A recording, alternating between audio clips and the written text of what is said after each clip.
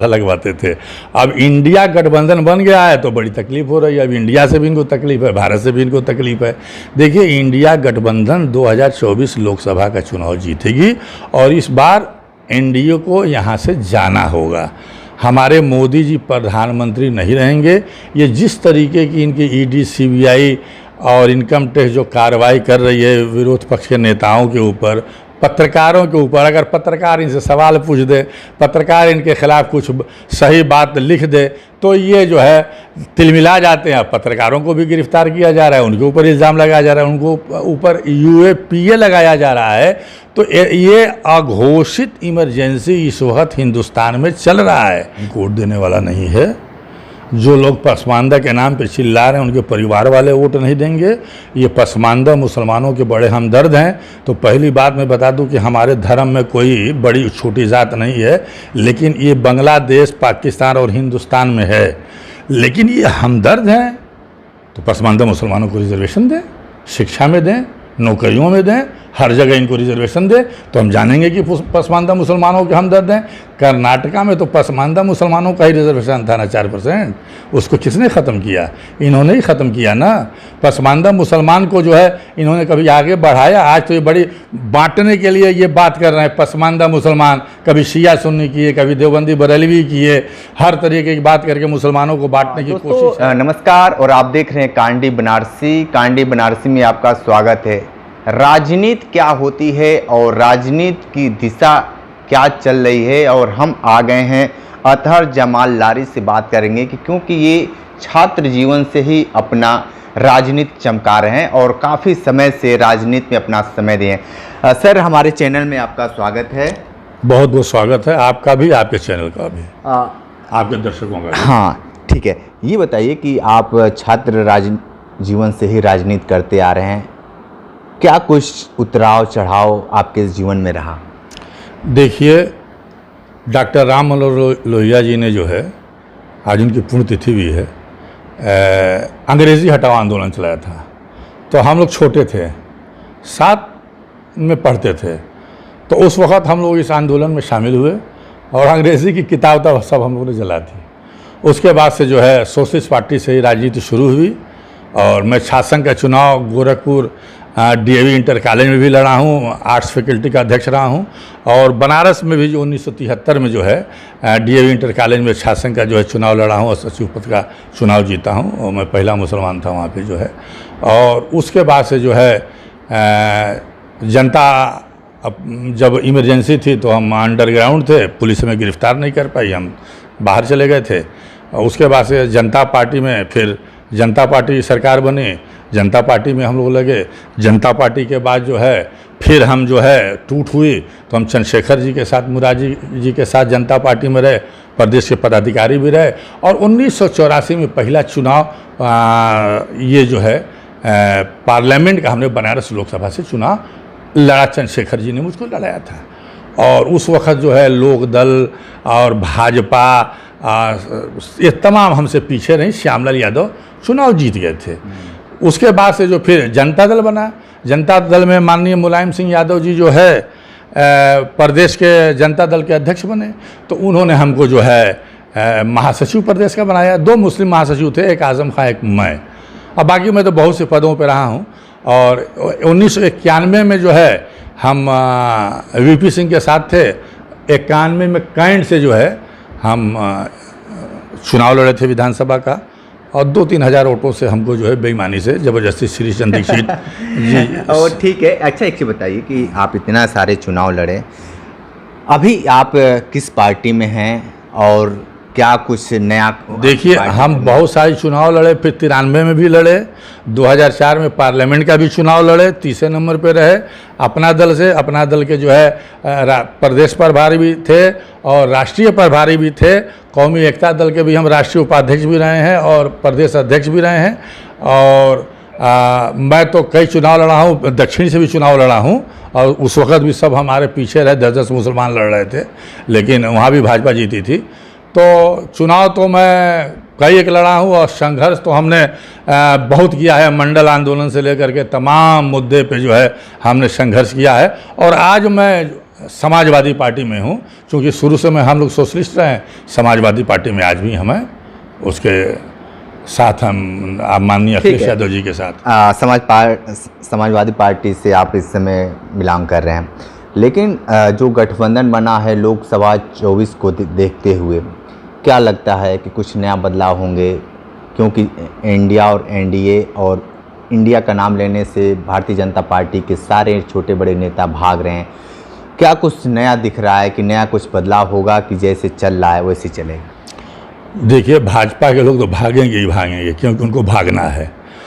पहले skill India, shining India, तमाम India की बात करते थे, मोदी जी नारा लगवाते थे।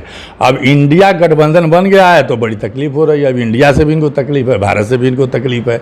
देखिए, इंडिया गठबंधन 2024 लोकसभा का चुनाव जीतेगी और इस बार एनडीए को यहाँ से जाना होगा। हमारे मोदी जी प्रधानमंत्री नहीं रहेंगे। ये जिस तरीके की इनकी ईडी, सीबीआई और इनकम टैक्स जो कार्रवाई कर रही है विरोध पक्ष के नेताओं के ऊपर, पत्रकारों के ऊपर, अगर पत्रकार इनसे सवाल पूछ दे, पत्रकार इनके खिलाफ कुछ सही बात लिख दे तो ये जो है तिलमिला जाते हैं। पत्रकारों को भी गिरफ्तार किया जा रहा है, उनके ऊपर इल्ज़ाम लगाया जा रहा है, उनको ऊपर यूएपीए लगाया जा रहा है। तो ये अघोषित इमरजेंसी इस वक्त हिंदुस्तान में चल रहा है। इस वक्त जो देश के हालात हैं वो सही नहीं है। सांप्रदायिकता तो थी पहले भी, लेकिन 2014 के बाद सांप्रदायिकता इतनी बड़ी है कि कहा जाता है कि मुसलमानों उत्तराखंड छोड़ो, मुसलमानों जो है हिमाचल छोड़ो, मुसलमानों का हमें वोट नहीं चाहिए। इनका मुख्यमंत्री बोलता है, असम का इनका मंत्री बोलता है जो है गोली मारो सालों को। क्या क्या नहीं कहा जाता है, क्या क्या नहीं बोला जाता है, कौन कौन सा शब्द हम इस्तेमाल करें, पार्लियामेंट में कहा जा रहा है। इनका जो है एमपी जो है विदुड़ी जो है बोलता है कटुआ, मुल्ला, आतंकवादी, उग्रवादी, भड़ुआ, क्या क्या नहीं बोला जा रहा है। कोई कार्रवाई नहीं हो रही है। आज अगर हम बोल दें तो जेल की सलाखों में रहेंगे, हमको मार दिया जाएगा, हमारे ऊपर इतने मुकदमे लगा दिए जाएंगे और जो बोल रहा है उसके खिलाफ मुकदमे लगाए जा रहे हैं। जो भी बोलेगा उसको बंद किया जाएगा। लेकिन जुल्म फिर जुल्म है, बढ़ता है तो मिट जाता है। खून फिर खून है, टपकेगा तो जम जाएगा। एक न एक दिन इस जुल्म का खात्मा होगा और वही बचेगा। एक है ना शेर, आधी आधी मगरूर दरख्तों को पटक जाएगी, आधी मगरूर दरख्तों को पटक जाएगी, बस वही शाख बचेगी जो लचक जाएगी। तो घबराएं ना ये लोग, वक्त हमारा आने वाला है, आएगा। उस पर भी ये कहिए तो शेर कह दूं मैं। हाँ बिल्कुल बिल्कुल। अभी तो खामोशी है, अभी तो खामोशी है, फिर शोर आएगा, फिर शोर आएगा। ये वक्त तुम्हारा है, यह वक्त तुम्हारा है, हमारा दौर आएगा और 24 के बाद हमारा दौर आएगा और मोदी जी का दौर जाएगा। सांप्रदायिक ताकतें ख़त्म होंगी और एक सेकुलर सरकार इस पर देश में फिर बनने जा रही है और सबको बराबर का हक मिलेगा। पूरे देश में जाति जनगणना होगी, जो गरीब है, कमज़ोर है, उसको उसका हक मिलेगा। महिलाओं को आरक्षण मिलेगा, जिसमें ओबीसी को भी हम मांग करते हैं कि उनको महिलाओं को आरक्षण दिया जाए, मुसलमानों को भी दिया जाए। मुसलमानों की भी हालत बहुत ख़राब है, सच्चर कमेटी ने अपनी रिपोर्ट में बता दिया है। इसलिए सबको सबका हक मिलना चाहिए। ये हमारी इस सरकार से भी मांग है और इंडिया की जो सरकार बनने जा रही है उससे भी अभी से हमारी ये मांग है कि सबको बराबर का हिस्सा, हक, हिस्सेदारी मिलनी चाहिए। ठीक है, ये बताइए कि जिस तरीके से मुसलमानों के लेकर बातें सारे आ रही हैं, पासमानदा मुसलमान की बातें भारतीय जनता पार्टी कर रही है कि पासमानदा मुसलमान उनके रहनुमा हैं, लेकिन अदर मुसलमान क्यों उनके विरोधी बन गए हैं? एक भी पसमानदा मुसलमान इनको वोट देने वाला नहीं है। जो लोग पसमानदा के नाम पे चिल्ला रहे हैं उनके परिवार वाले वोट नहीं देंगे।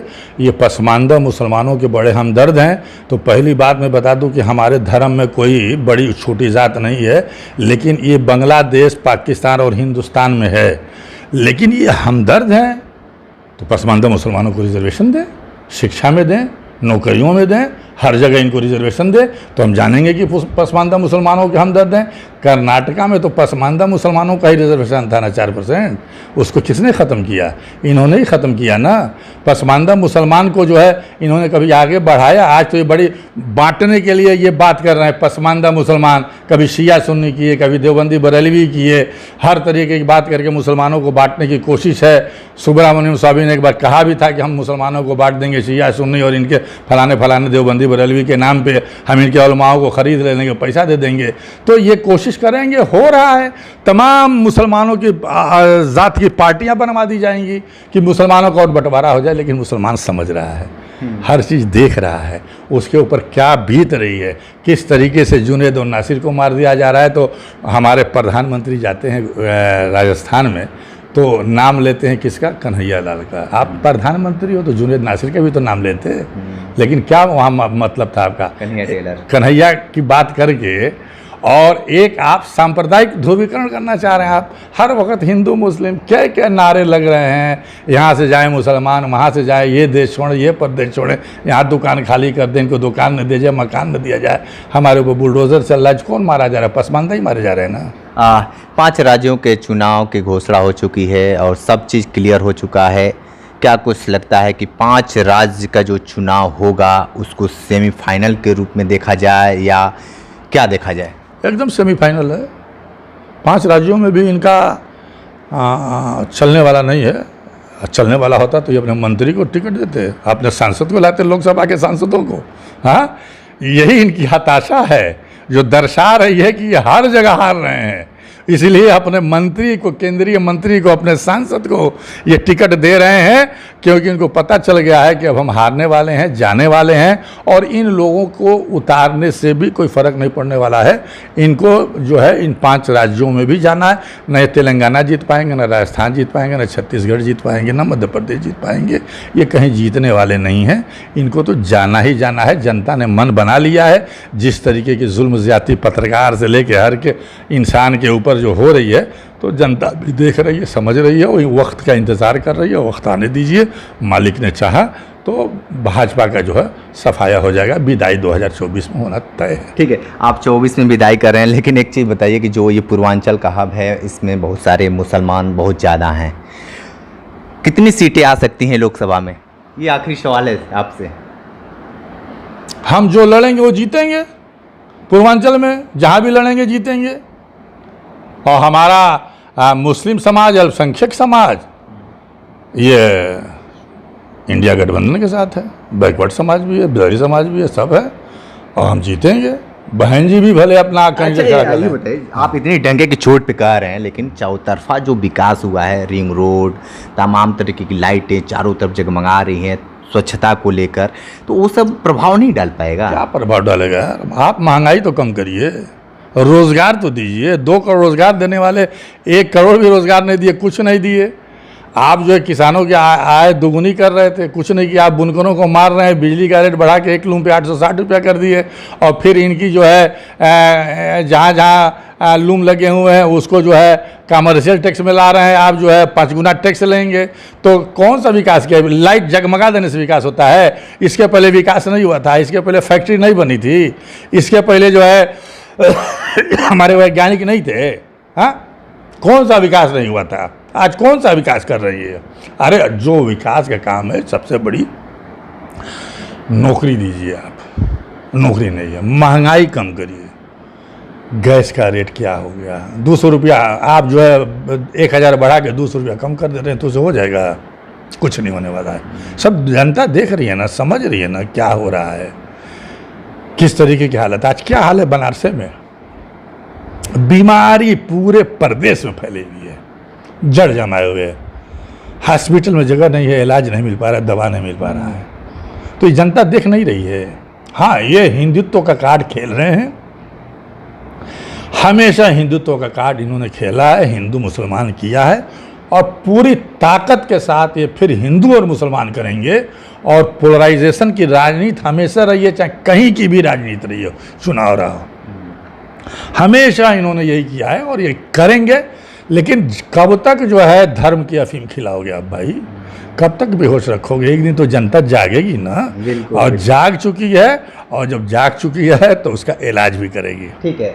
तो आप सुन रहे थे अतहर जमाल लारी जी को, जो बातें बहुत सारी चीज़ बताए हैं, लेकिन जो बातें कही जा रही थी कि जो हिंदू और मुस्लिम की जो अफीम था खिलाने में, राजनीतिक सियासत लगातार खिला रहे हैं, लेकिन अब वोटर भी समझ चुका है कि हमको किधर जाना है।